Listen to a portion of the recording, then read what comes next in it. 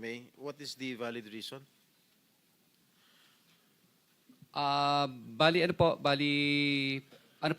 May ano po siya, yung may heart condition din po siya, at saka po, nagpadala po siya ng letter po dito. Hindi ko lang po nabasa kung ano yung iba pang content.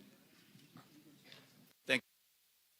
Mr. President, Mr. Chairman, meron bang medical certificate to prove and establish na talagang valid yung kanyang ailment? Dahil baka mamaya gawa-gawa lang itong valid umano na Okay, reason. for the record, and for the information of everybody, sumulat po si Mrs. Diskaya, eto, the Honorable Chairperson, so forth and so on, subject inability to attend the Committee on Accountability of Public Officers and so forth and so on.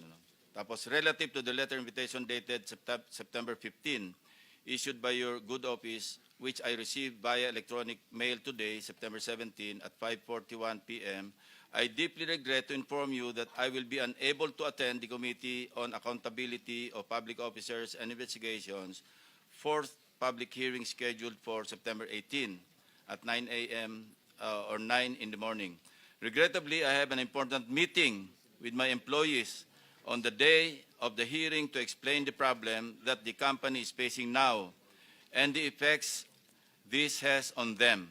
This meeting was already scheduled before I received the Honorable Committee's invitation this late afternoon, and some of my employees will be coming from various places. Thus, I can no longer cancel the meeting set for tomorrow.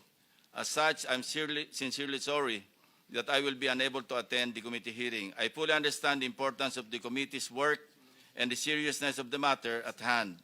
I hope that my absence shall in no way be construed as a reflection of my respect for the committee and its mission. I humbly request the committee's understanding and patience in this matter. Thank you very much for your consideration. Very truly yours, signed, Cesara Rowena C. Diskaya. Mr. Chairman, with that letter, nagsisinungaling itong si Mr. Diskaya na meron daw karamdaman yung kanyang asawa. And Mr. Chair, nanumpa ito to tell the truth, and dito harap-harapang nagsinungaling ka, binabastos mo kami, niloloko mo kami. Di ba? Huwag mo kami lokohin because the chairman has the power to cite you in contempt. I mean, do not do that. Iba yung sinasabi mo, medical condition. Kung may medical condition, sige nga, bigyan mo nga kami ng medical certificate. Iba yung sinasabi, mismo na misis mo eh. Di ba kayo nag-usap? Sana nag-usap muna kayong dalawa. Ano bang palusot ang gagawin natin, sweetheart or darling? Mr. Chair. You lied. If I You may. lied. Paano pa kami maniniwala sa mga pinagsasabi mo? Senator Estrada is recognized. Thank you, Mr. Chair. The letter excuse of Mrs. Diskaya is totally unacceptable. Ang sabi niya, meron siyang meeting. This hearing is of national interest. Huwag niyang lulukohin itong hearing na ito. Huwag niyang bababuyin itong hearing na ito. Dahil the Filipino people are watching. We are here to ferret out the truth, the whole truth, and nothing but the truth. Yung sinasabi ni Mrs. Diskaya na meron siyang meeting, for me and I think for all of us, that is totally unacceptable. Kung meron siya sakit, okay lang. But provide us with a medical certificate. Yeah, what is the pleasure of the members of the committee Mr. Chairman, in this regard? may I? Well, Yeah, Senator Pangilinan. why is will we recognized. ask for a medical certificate when clearly he is lying because the wife has already said? Again, the chair asks, what is the pleasure of the members? I-contempt, Mr. Chair. Is that a I motion? seconded, Mr. Chair. Kindly raise a motion. I-contempt, Mr. Chair. Move, Mr. Chair. I want Mr. Chair? file him in contempt for lying. Kasi okay. Mr. Chair, quickly lang. Ganito na muna, no? Ipasyokos na muna natin. Just to adhere to due process, the chair will advise the members to just issue a Shokos order. And if not satisfactorily given or explained, then we will Okay. just cite her in contempt. Mr. Mr. Chair? if I may, maybe Mr. we Chair? can, Mr. Chair, if I may, maybe we can ask Mr. Diskaya why he should not be cited in contempt. Your Honor, No, but the the subject of this motion is Mrs. Diskaya. So, and she's not here. Mr. Chairman, Who are we citing in contempt of the committee? the one who is lying, Mr. the, Chairman. Mr. Diskaya. Yes. So, please explain. Your Honor, humihingi po ako ng pasensya po sa inyo. Wala po akong intention talaga magsinungaling, pero yung misis ko po kasi talaga ay madalas po, may sakit po talaga siyang diabetes at saka meron po talaga siyang hypertension. At katunayan nga po, marami po siyang mga maintenance po na gamot na ginagamit. Opo. At Mr. Chairman.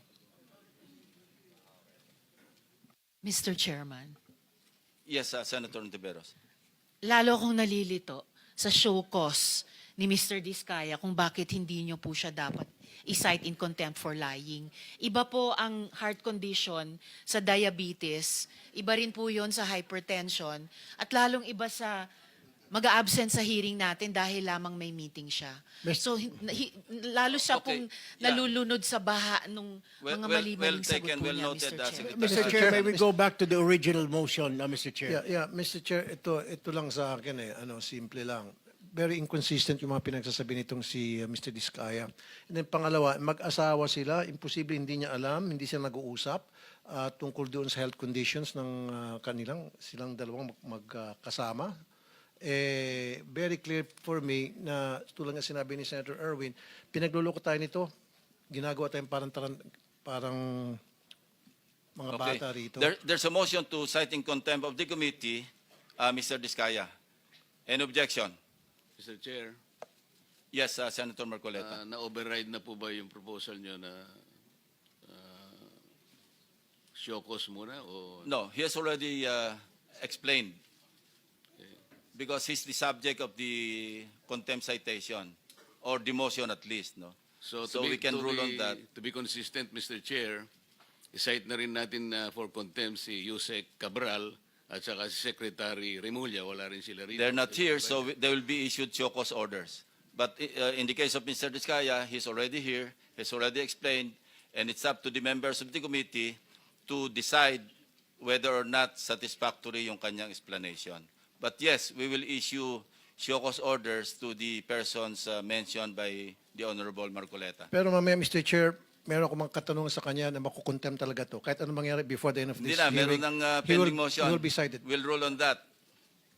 Sinisiguro ko makukontem ito mamaya, Mr. Chair. Well, Kung hindi tayo makukontem dito sa pagsinungaling niya dahil dun sa kanya misis, dito may hawak ng mga dokumento na makukontem tong taon to at the end of the day. The Senate President is recognized. Yes, okay. I think your pending motion is not to cite him in contempt. It doesn't necessarily mean that we will be deciding on what to do with him after that. It's just merely citing in contempt for lying. So we'll take it at that at this point, and perhaps discuss later on what the decision of the committee is. But in the meantime, I'm giving up my 3 minutes to Senator Rizal. Not Point yet, of inquiry. Senate President. Point of inquiry, Mr. Chairman. I would like to clarify with Senator Marcoleta if he raised an objection, because I didn't quite get it. No, I'm not raising any objection. Thank you, Senator Point of Marcoleta. inquiry. So let's rule first on the motion, pending motion, before anybody else talks. No. So there's no objection. So, Mr. Diskaya, you are cited in contempt of this committee. Point of inquiry, Mr. Chairman.